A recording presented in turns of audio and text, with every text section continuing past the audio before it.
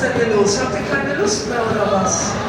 Wollt ihr aussteigen oder wie? Ich frag ja nur, ja, ich stehe ja schon.